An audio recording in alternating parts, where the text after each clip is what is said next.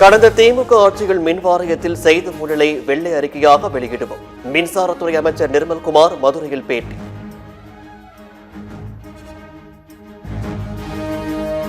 தமிழ்நாட்டில் இதுவரை ஷெகல்லா தொற்று கண்டறியப்படவில்லை என அமைச்சர் அருண்ராஜ் பேட்டி. இருப்பினும் தமிழக கேரளம் எல்லைகளில் கண்காணிப்பை தீவிரப்படுத்த அறிவுறுத்தப்பட்டுள்ளதாக விளக்கம். நான் முதல்வன் என்னும் தனது கனவு திட்டத்தை முடக்குவது தமிழ்நாட்டு இளைஞர்களின் வளர்ச்சியை தடுக்கும் செயல். முன்னாள் முதலமைச்சரும் திமுக தலைவருமான மு.க.ஸ்டாலின் கண்டனம்.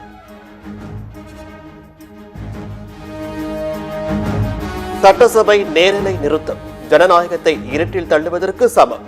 எதிர்க்கட்சித் தலைவர் உதயநிதி ஸ்டாலின் விமர்சனம்.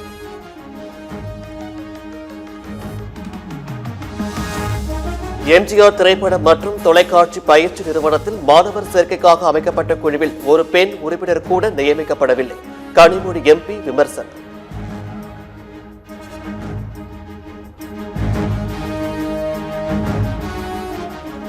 சென்னையில் தூய்மை பணியாளர்கள் பேரணி, பணி நிரந்தரம் உள்ளிட்ட பல்வேறு கோரிக்கைகளை நிறைவேற்ற வலியுறுத்தல்.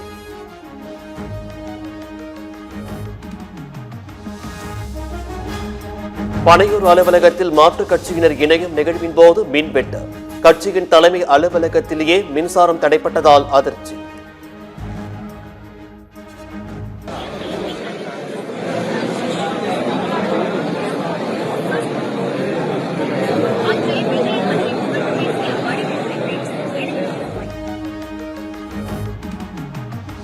திமுக கூட்டணியில் இருந்து வெளியேறியதாக இந்தியன் யூனியன் முஸ்லீம் லீக் கட்சி அறிவிப்பு. தாவேக அமைச்சரவையில் இடம்பெற்றதால் 60 ஆண்டுகளாக நீடித்த நட்பு பயணத்தை முறித்துக் கொண்டது. திமுகவிற்கு வாக்களிப்பது 6வது கடமை என நான் ஒருபோதும் கூறவில்லை. செய்தியாளர்கள் கேள்விக்கு திடீரென ஆவேசமான IUML தலைவர் காதர் மொஹிதீன். சட்டப்பேரவை நிகழ்வுகளை நேரலை செய்வது தொடரும். பேரவைக்குள் இருந்ததால் நேரலை துண்டிக்கப்பட்டது தெரியாது என அமைச்சர் ராஜ்மோகன் மீண்டும் விளக்கம். இதை போன்ற சட்டமன்ற நிகழ்வுகள்லாம் நேரலையில் தொடர வேண்டும் என்பதுதான் நிலைப்பாடு. சம்பந்தப்பட்ட துறை அதிகாரிகள் அனைவரோடும் பேசி மிச்சம் இருக்கக்கூடிய நாட்களில் நேரலை தொடரும் என்பதுதான் எங்களுடைய நிலை. சென்னை அடுத்த பனையூர் அலுவலகத்தில் அமைச்சர் ஆனந்த் முன்னிலையில் தாவேகாவுடன் கட்சியை இணைத்த MLA ஜெகநாத் மிஸ்ரா சுமார் 3000 தொண்டர்களுடன் கட்சியில் இணைந்தார்.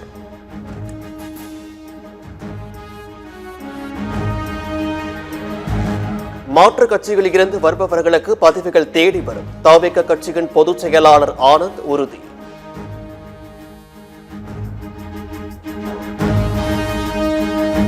குடியரசுத் தலைவர் திரௌபதி முர்முவுக்கு முதலமைச்சர் விஜய் பிறந்தநாள் வாழ்த்து. நல்ல உடல் நலத்துடன் இந்திய திருநாட்டிற்கான தங்களின் அர்ப்பணிப்பான சேவை மேலும் சிறக்க வாழ்த்துவதாக முதலமைச்சர் விஜய் பதிவு.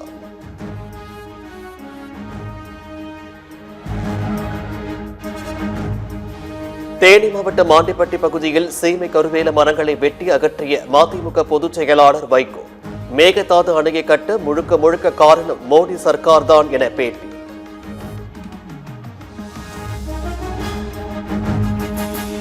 திருநெல்வேலி மாவட்டம் கொக்கிரகுளம் அருகே திடீரென்று ஏற்பட்ட பள்ளத்தில் சிக்கிய அரசு பேருந்து. தரமற்ற சாலையால் பேருந்து விபத்தில் சிக்கியதாக பகுதிவாசிகள் தெரிவிப்பு.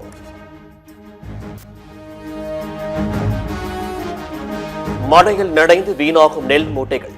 அரசு நெல் கொள்முதல் நிலையங்களில் உரிய கட்டமைப்புகளை விரைந்து ஏற்படுத்த வேண்டும் என விவசாயிகள் கோரிக்கை.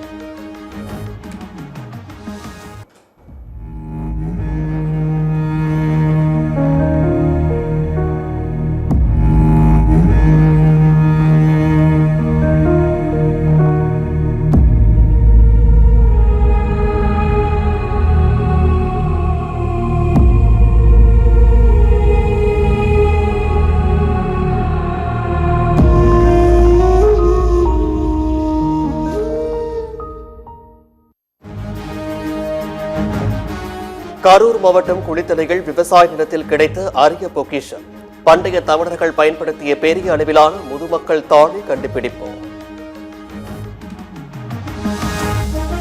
நாக்பூரை சேர்ந்த மாணவனுக்கு அபுதாபியில் நீட் தேர்வு மையம் ஒதுக்கப்பட்ட விவகாரம்.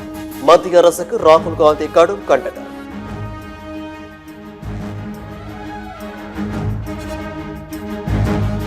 ரயில்களில் டிக்கெட் இல்லாமல் பயணம் செய்தால் அபராத கட்டணம் அதிரடியாக உயர்வு. தற்போது வசூலிக்கப்படும் 250 ரூபாய் அபராதம் ஜூலை 1 முதல் 500 ரூபாயாக உயர்த்தப்படும் என தகவல்.